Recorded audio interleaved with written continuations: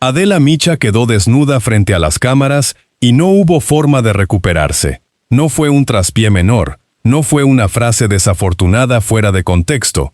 Fue el derrumbe completo de un relato construido durante semanas, desmantelado en tiempo real por periodistas, con datos en la mano, con fechas, con nombres y con las pruebas que ella había decidido ignorar. Y lo que vino después de ese momento fue todavía más devastador para ella y para todo lo que representa. Si quieres entender por qué el periodismo de simulación tiene los días contados en este país, suscríbete a este espacio ahora mismo, porque lo que vamos a contar sobre esta periodista, el panismo y el mayor escándalo de huachicol fiscal documentado en la historia de México, va a incomodar a mucha gente que lleva demasiado tiempo creyéndose intocable. Porque mientras Adela Micha ocupaba su espacio en televisión nacional para defender lo indefendible, para reducir una investigación de más de un año a un simple ejercicio de venganza política del gobierno en turno, alguien ya tenía el expediente completo sobre la mesa. Alguien ya sabía exactamente cuánto combustible habían importado las empresas vinculadas al exgobernador panista Ernesto Rufo. Alguien ya tenía los ferrotanques contados, las declaraciones aduanales revisadas, las facturas cruzadas y la diferencia entre lo que entraba al país y lo que se declaraba ante el fisco. Esa diferencia, amigas y amigos, tiene nombre, tiene cifra y tiene consecuencias judiciales que no van a desaparecer por mucho que se insista en cambiar el encuadre. Pero Adela no quería hablar de eso. Y ahí, en esa decisión de hablar de otra cosa, está todo. Suscríbete a esta plataforma antes de que sigamos, porque lo que viene a continuación tiene más capas de las que cualquier noticiero convencional va a estar dispuesto a mostrarte. Lo que ocurrió el domingo 19 de julio del 2026 no fue un movimiento político improvisado ni una operación mediática de último minuto. La Fiscalía General de la República anunció la detención de Ernesto Rufo Apel, exgobernador de Baja California, en Ensenada. Y para entender el peso de ese momento, hay que entender quién es Rufo dentro de la historia política de México. No hablamos de un operador gris que manejaba recursos desde las sombras. No hablamos de un empresario sin nombre que apareció en un expediente de manera accidental. Hablamos del primer gobernador de oposición que tuvo México en toda su historia moderna. El hombre que en 1989 rompió el monopolio absoluto del PRI en Baja California. El símbolo viviente de lo que el PAN decía representar ante los mexicanos durante décadas enteras. Democracia real, honestidad institucional, legalidad como principio de gobierno. Ese hombre fue detenido acusado de encabezar una operación de contrabando de combustible que le habría causado al fisco mexicano un daño de 106.800.821 pesos. No una cifra aproximada, no un estimado especulativo, una cantidad documentada con facturas, con flujos financieros rastreados, con movimientos de mercancía registrados a lo largo de meses. Y Adela Micha, en lugar de reportar ese hecho con la misma energía con que suele reportar los escándalos del gobierno, eligió blindar al implicado. Porque el mecanismo que se le imputa a Rufo era tan sencillo como brutal en sus consecuencias reales para el país. Las empresas vinculadas a él importaban combustible de forma regular, lo internaban al territorio nacional y luego declaraban ante el fisco apenas una fracción mínima del volumen real que había cruzado la frontera. La diferencia entre lo que entraba y lo que se reportaba se convertía en impuestos no pagados, en dinero que debería haber financiado escuelas, pensiones, infraestructura, servicios públicos, y que en cambio se quedaba en las cuentas de quienes tenían el aparato empresarial para sostener esa operación durante años. Dinero de todos los mexicanos, robado con factura, con empresa formal, con el paraguas de credibilidad que da tener un apellido político de décadas. La Fiscalía fue explícita en su comunicado. La investigación llevaba más de un año activa antes del momento de la detención.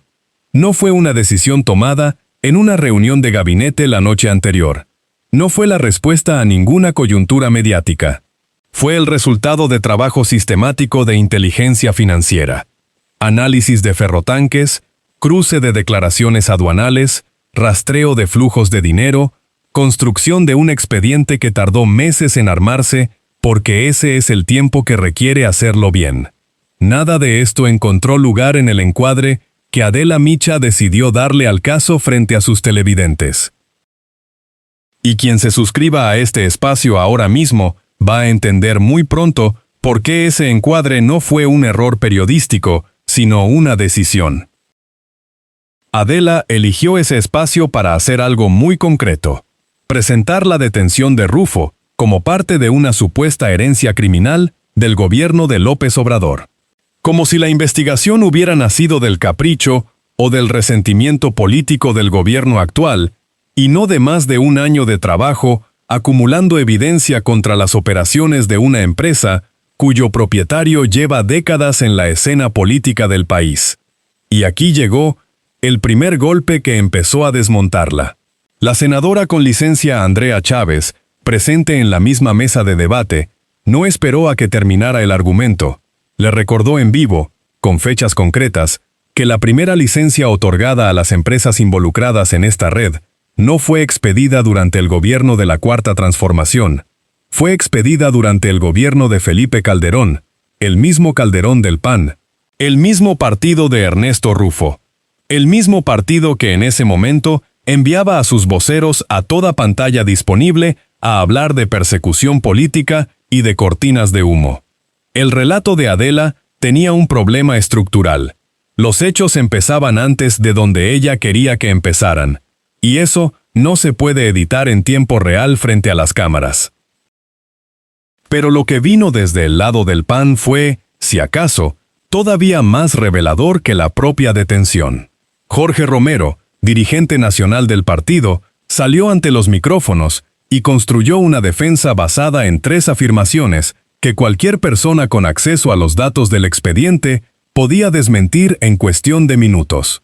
Primera afirmación de Romero: intentó reducir la participación de Rufo en la empresa implicada a un mero 1% accionario, proyectando la imagen de un hombre que apenas rozaba la estructura de manera tangencial, como si un porcentaje mínimo de acciones lo convirtiera en un testigo accidental de lo que ocurría en su propia empresa. La realidad, la que Romero no mencionó: Rufo era socio mayoritario, no era un invitado al capital, era la figura central de la estructura. Segunda afirmación: aseguró que solamente había un detenido en toda la operación, queriendo transmitir la sensación de que se trataba de un caso aislado, puntual, sin ramificaciones. La realidad: existían ya más de 7 órdenes de aprehensión activas en ese momento, con más en proceso. No era un caso de un solo implicado, era el principio visible de una red. Tercera afirmación: repitió la tesis de la cortina de humo, la narrativa del golpe mediático fabricado para desviar la atención de los problemas propios del gobierno. La realidad: una investigación de inteligencia financiera que lleva más de un año construyendo su expediente, no se fabrica en una semana para crear un distractor. Nadie monta ese nivel de operación institucional de manera improvisada. Romero lo sabía, lo dijo igual. Aquí lo vemos claro. Cuando un dirigente político necesita mentir 3 veces en el mismo discurso para defender a uno de los suyos, el problema que está intentando tapar es demasiado grande para ser tapado. Y mientras Jorge Romero construía esa narrativa desde los micrófonos, otra escena se desarrollaba en paralelo que vale la pena registrar con exactitud. La hija de Ernesto Rufo tomó espacio público para hacer algo que pocas personas en la política mexicana se atreven a hacer de forma tan abierta y tan explícita: pedir un trato diferenciado para su padre. Pedir que el proceso de él recibiera consideraciones especiales que no están disponibles para cualquier ciudadano sometido a una investigación de la misma naturaleza. Pedir, en términos directos, que la ley no le aplicara de la misma manera que le aplica al resto de los mexicanos. Como bien lo sabes, si llevas tiempo observando cómo funciona el poder en este país, Eso no es una petición familiar comprensible. Es la expresión más desnuda del privilegio que se lleva décadas practicando en privado y que en un momento de presión termina exigiéndose en público. Ese privilegio tiene historia, tiene apellido y tiene partido. Suscríbete a esta plataforma si no quieres perderte la próxima vez que alguien exija en público lo que lleva décadas practicando sin que nadie lo vea. Pero el caso Rufo, con toda su carga simbólica y todo su peso como primer gobernador de oposición de México, llevado ante la justicia, era apenas la arista más visible de algo considerablemente más grande y más perturbador. Porque mientras la detención del exgobernador panista ocupaba los titulares y forzaba a los voceros del PAN a salir a mentir ante las cámaras, en otro frente del mismo escándalo se movían piezas que señalaban hacia lugares mucho más incómodos para mucha más gente de la que el relato oficial de la derecha estaba dispuesto a admitir. Los hermanos Manuel, Roberto y Fernando Farías Laguna, sobrinos del exsecretario de Marina, Rafael Ojeda Durán, llevaban semanas en el centro de la investigación sobre la red de huachicol fiscal más grande documentada en la historia del país. Acusados de ser los principales orquestadores de esa red, sus propios abogados tomaron una decisión que sacudió los pasillos del poder.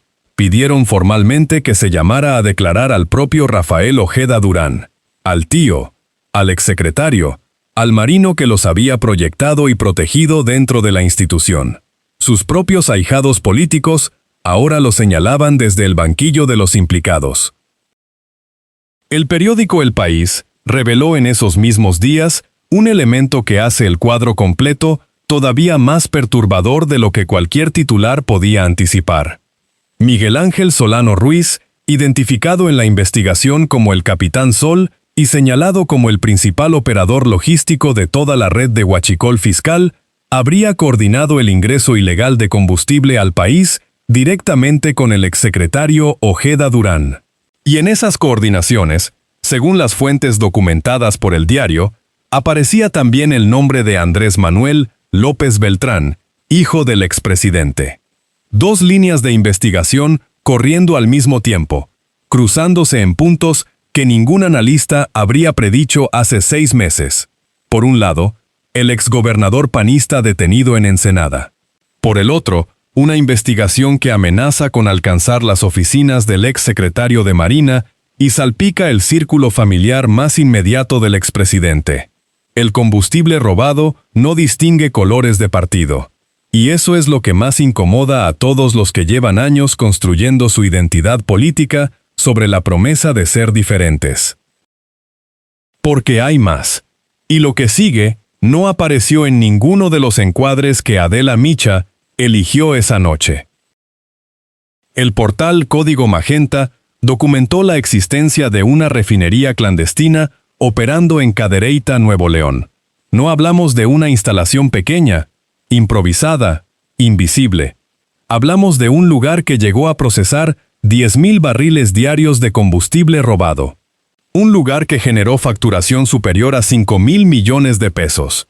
Un lugar que sirvió como base financiera para construir un imperio inmobiliario registrado a nombre de sus propietarios, identificados como Ezequiel González Duelos y Ramírez Gándara Martínez.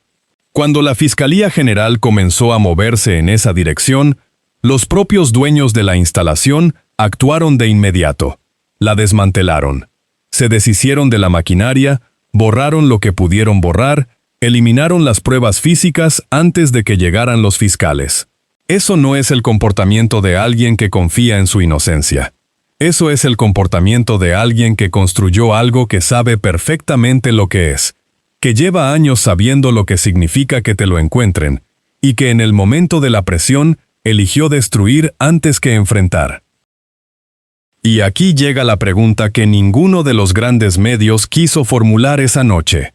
La pregunta que Adela Micha no planteó. La pregunta que el PAN no puede responder sin derrumbar el edificio entero de su narrativa. Si las licencias de las empresas implicadas empezaron en el gobierno de Calderón, si la investigación lleva más de un año construyéndose sobre un expediente con fechas, Si los implicados vienen de estructuras que cruzaron administraciones enteras de distintos partidos, entonces el problema no es de quién se sentó en la silla más recientemente. El problema es sistémico, es estructural, es el resultado de años en que ciertos apellidos operaron convencidos de que las reglas que aplican para todos no les aplicaban a ellos. Y esa convicción no nació en un solo gobierno. Se cultivó durante décadas, con complicidades cruzadas, con licencias otorgadas, con investigaciones que no avanzaban y con periodistas que elegían no hacer las preguntas incómodas. Pero ahora llega lo que Adela Micha definitivamente no esperaba que ocurriera en esa entrevista, lo que cambió el tono de todo lo que vino después. Arturo Ávila entró al estudio de Maca Carriedo con algo mucho más contundente que argumentos de opinión. Entró con el mapa completo y documentado del ecosistema de desinformación que sostiene a la derecha mexicana en redes sociales, y que amplifica, coordina y escala narrativas como la que Adela intentó construir esa noche. Más de 100.000 cuentas bot detectadas, rastreadas y documentadas, coordinadas desde el entorno de Ricardo Salinas Pliego, operadas con la participación activa de Alejandra Rojo de la Vega, amplificadas por un operador español llamado Javier Negré, condenado en su propio país por publicar mentiras deliberadas, con historial de trabajo para Bolsonaro en Brasil y para Milei en Argentina. Ávila nombró cada pieza del tablero sin evasiones, los perfiles sin cara que crean las narrativas base, los bots que las replican en segundos a escala masiva, los llamados amplificadores digitales a sueldo que aparecen coordinados usando los mismos hashtags al mismo tiempo dentro de ventanas de minutos que ningún comportamiento orgánico puede explicar. Cuando Carriedo le preguntó si Morena no operaba de la misma manera, Ávila respondió sin esquivar la pregunta. Hay cuentas orgánicas, hay simpatizantes activos, hay entusiasmo genuino de bases, pero nadie en ese movimiento puede competir con una estructura que en menos de 5 minutos lleva un tuit a 8.000 interacciones. Eso no es organización espontánea, eso es presupuesto, y el presupuesto tiene dueño. La diferencia entre la propaganda orgánica y la fabricada no está en la voluntad de quien la produce. Está en la infraestructura que se puede pagar para escalarla. Y eso conecta de manera directa y sin posibilidad de desvío con lo que Adela Micha representaba en todo este episodio. Porque Adela no estaba fallando sola esa noche frente a las cámaras. Estaba operando dentro de una lógica de encuadre que forma parte de esa misma arquitectura. Tomar un hecho incómodo para el PAN, rodearlo de contexto construido, adjudicárselo al gobierno anterior y servírselo al espectador con el empaque del periodismo serio. La narrativa del gobierno criminal de la Cuarta Transformación, que tanto repiten las plataformas afines a esa línea, no nació de ninguna investigación periodística independiente. Nació de esa estructura de bots, trolls y pseudoperiodistas internacionales que Ávila describió con nombres propios ante Carriedo. Y cuando alguien llegó a esa mesa con los datos reales, con la línea de tiempo verificable, con las licencias que empezaron en el gobierno de Calderón, con la investigación que llevaba más de un año activa, el relato de Adela se desmoronó en cámara ante millones de personas. No porque alguien la atacara, sino porque los hechos la contradijeron uno por uno. Y esto no se les va a olvidar a quienes lo vieron en tiempo real. La hipocresía más cara no es la que se oculta en privado, es la que sale a defenderse públicamente y queda expuesta por sus propias contradicciones frente a todos. Mientras la hipocresía siga siendo la moneda con que se paga el poder en este país, aquí vamos a seguir señalándola con datos, con fechas y con nombres. Suscríbete a este espacio si no quieres perderte el próximo caso que se quede sin máscara ante las cámaras. Porque lo que quedó establecido este domingo 19 de julio no tiene vuelta atrás. El primer gobernador de oposición de México, el hombre que en 1989 rompió el monopolio del PRI y se convirtió en el símbolo viviente de lo que el PAN decía representar, está detenido. Detenido por encabezar una operación de contrabando de combustible que le causó al Estado mexicano más de 100 millones de pesos en daño fiscal documentado. Su dirigente nacional salió públicamente a defenderlo y fue desmentido declaración por declaración. La investigación continúa abierta y sus propios avances señalan hacia más personas, en más partidos, con más apellidos que los mexicanos conocen. La refinería clandestina de Cadereyta fue desmantelada por sus propios dueños en el momento en que sintieron el movimiento de la Fiscalía acercándose. Y los sobrinos del exsecretario de Marina apuntan ahora con el dedo hacia su propio tío desde el interior del proceso judicial que los tiene como imputados. Aquí la pregunta incómoda que los grandes medios no formulan, porque no pueden formularse a sí mismos la pregunta que los involucra en la respuesta. Si el PAN construyó su identidad política entera sobre la promesa de ser diferente al sistema que venía a reemplazar, sobre la promesa de honestidad institucional como principio y no como eslogan, sobre la promesa de que la ley aplicaría igual para todos, independientemente del apellido, ¿qué queda de esa identidad hoy? ¿Qué le dicen a los millones de mexicanos que votaron esa promesa durante décadas, que pusieron su esperanza en ese partido como contrapeso moral de un sistema que los había decepcionado, cuando el símbolo de todo aquello aparece en un expediente de la Fiscalía por contrabando, defraudación fiscal y daño al erario que tendría que haber financiado sus pensiones, sus escuelas, sus hospitales? Amigas y amigos, el huachicol tiene cara, tiene apellido y tiene credencial de militante. Y este domingo, por fin, también tiene cargos formales ante la justicia. Esto apenas empieza. Hay más expedientes en proceso, más nombres que van a aparecer en las próximas semanas, más cruces entre el dinero sucio del combustible robado y la política formal de este país que todavía no han llegado a ningún titular. Este espacio va a seguir contando cada uno de esos casos cuando salgan, con datos verificables y sin cortinas de humo. Suscríbete ahora para que estés aquí cuando llegue el siguiente, porque no vamos a parar hasta que no quede ninguno sin nombre. El PAN prometió ser la diferencia. Hoy, la diferencia es que sus símbolos llegan esposados a Ensenada.